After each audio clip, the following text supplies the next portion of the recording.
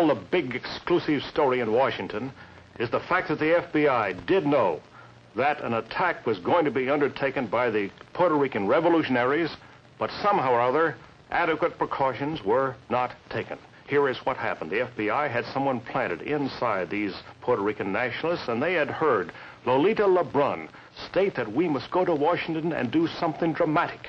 They knew that this attack was going to take place. They didn't know exactly what was going to happen, but they did interview her employer and to find out all about her, and they did notify the White House and the Secretary of the Interior, who has to do with Puerto Rican relations. However, they did not notify the Capitol Police and some of the other security agencies in Washington. Now, of course, it is a fact that it's very difficult to head off a thing like this, and it is a fact also that there's a certain amount of jealousy between the FBI and some of the other security agencies.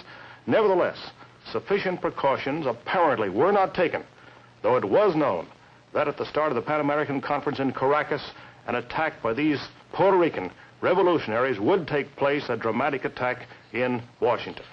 Now, another tragic fact regarding the wanton shooting of these 5 congressmen. 3 years ago, after the attempt on the life of President Truman, several Puerto Ricans were arrested and charged with conspiracy. Among them was Rosa Colazzo, the wife of the man who tried to invade Blair House, and also Carmen Torresola and several others. But last fall, on October 31, Attorney General Brownell sent instructions to a federal grand jury in New York to drop any prosecution or indictment of this group. That was 1 day before the statute of limitations expired, and the excuse given was that if they were charged with conspiracy and indicted, it would have very bad political repercussions. That's something I don't exactly like to report, but that is the unescapable fact. Now, on another very important news front, I can report that the reason why Eisenhower has suddenly stiffened his whole policy toward McCarthy was pressure from the big publishers who had supported him. The New York Times, the New York Herald Tribune, the Washington Post, which wrote rather scathing, bitter articles saying that Eisenhower himself must face the issue of McCarthyism. That was why he finally overruled the Republican National Committee and said there must be a firm stand in regard to the senator. Now, next week, we will have an interview with a very important gentleman, former mayor of New York, former American ambassador in Mexico City, who hitherto has never given an interview since he left public office, William O'Dwyer. But this week, because of the emergency, I'll have a special interview with the governor of Puerto Rico. He's an old friend of mine and an old friend of the United States. Of course, he's an American citizen and a great and patriotic American citizen, educated right here in Washington at Georgetown University. And in just a minute, I'll be back with the governor of Puerto Rico.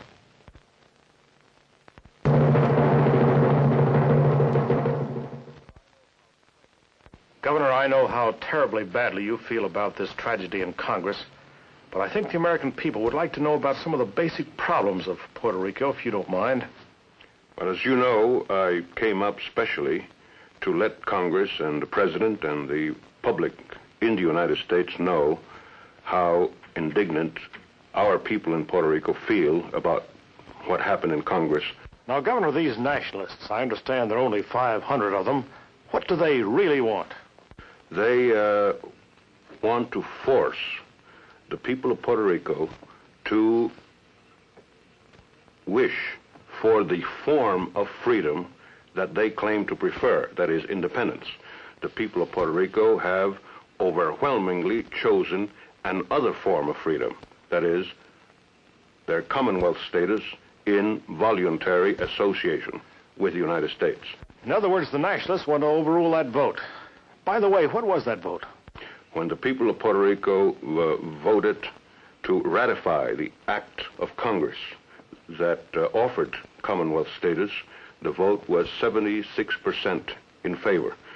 Governor, everyone remembers the attempt on Harry Truman's life, but they don't remember the attempt on your life. Did they both occur at the same time? The attack on my house, on the executive mansion at San Juan, took place, as a matter of fact, 2 days before the attack on President Truman at Blair House. What happened when they tried to take your life? Well, they tried to enter the house with machine guns and pistols, but they failed in the attempt. They had a machine gun that they set up in your front porch, in effect? Well, it was a hand machine gun that one of the assailants... How many were there? 5 of them. 5. Had you any warning in advance of that? There had been 2 or 3 spots over Puerto Rico where there's some violence had broken out that morning.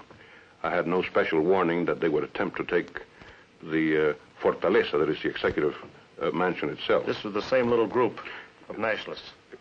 You can see how small the group is when they try to take one of the strongest fortresses that Spain built in the Western Hemisphere with 5 men, with 1 machine gun and 4 pistols.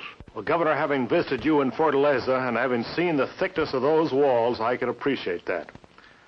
Now, Governor, another question some people have asked me. This nationalist leader, Albizu Campos, I understand he was in jail and you commuted his sentence last summer.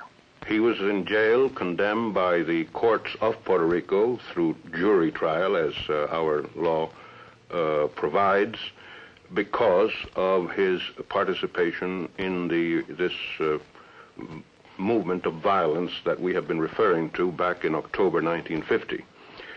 I pardoned him, conditional to his not attempting to overthrow the government by violence. I pardoned him under these conditions about 6 months ago because of his advancing age, because of his ill health, and because under democratic conditions, a man like that in jail can organize his plans as easily as out of jail, but with the advantage of appearing to be a martyr. He had become a martyr to the people of the Caribbean? To his few followers, and the propaganda all over Latin America, largely pushed by the communists, was to the effect that he was trying to liberate Puerto Rico from oppression, and that therefore he was being jailed for that reason. I thought it would clarify things if he were let out. Also, his mental state was not good. He spent all the time wrapped in cold towels, saying that some mysterious machines were throwing nuclear rays at him from a great distance. And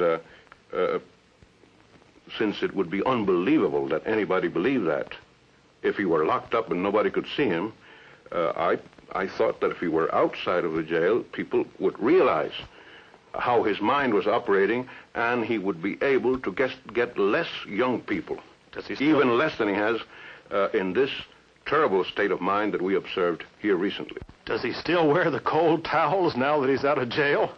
Oh, he lives in a house about 4 or 5 blocks from where I live, and all my information is that he continues to wear the cold towels. He wears the cold towels to prevent the atomic rays from coming from the United States to kill him.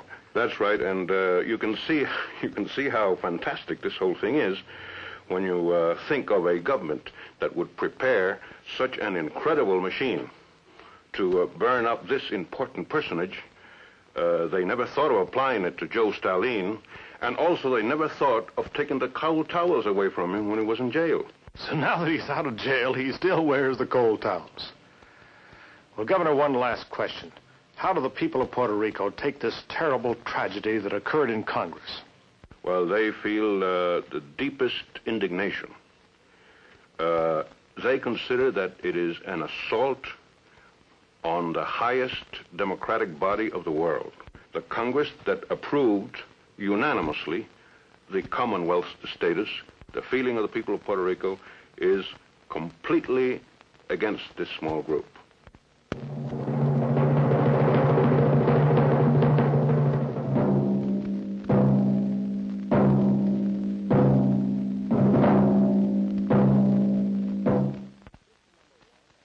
Prediction number 1, an investigation of Puerto Rico. Now, Congressman Velde, who's having a hard time being reelected and needs personal publicity, proposes an investigation of Puerto Rican revolutionaries. And so here is my prediction as to what will happen. If he goes to Puerto Rico and conducts his investigation with the same tactics he uses up here, then I predict it will encourage more revolutionaries because people down there don't understand congressional tactics. If, on the other hand, Congressman Velde probes the fact that the FBI did not tip off other security agencies in Washington about the impending attack, and if he investigates the slipshod political manner in which guards are appointed to the Senate and the House of Representatives, elderly gentlemen, students, just to return political favors, then I predict that Congressman Velde will do a real service to protect the Congress of the United States. Prediction number 2, the Senate and Joe McCarthy. Now, President Eisenhower at first, up until Wednesday of this week at least, had decided that it was up to the Senate to curb Joe McCarthy, that it should deal with its own members. That was why Senator Ferguson of Michigan announced that the Senate would investigate the investigating committees, look into the tactics of McCarthy and how he was operating. And that was aimed, of course, specifically at McCarthy, though also at Senator Langer of North Dakota, who held up the confirmation of Chief Justice Warren. So here is my prediction. The Senate of the United States is the world's most exclusive club. Its members all stick together. There's a rule that they shall not criticize each other. Therefore, I predict that the attempt by the Senate to curb Joe McCarthy will get nowhere. I also predict that President Eisenhower will turn to the Senate report on McCarthy's finances, now gathering dust in the files of Attorney General Brownell, if he wants to reestablish public confidence in his faith in making democracy live.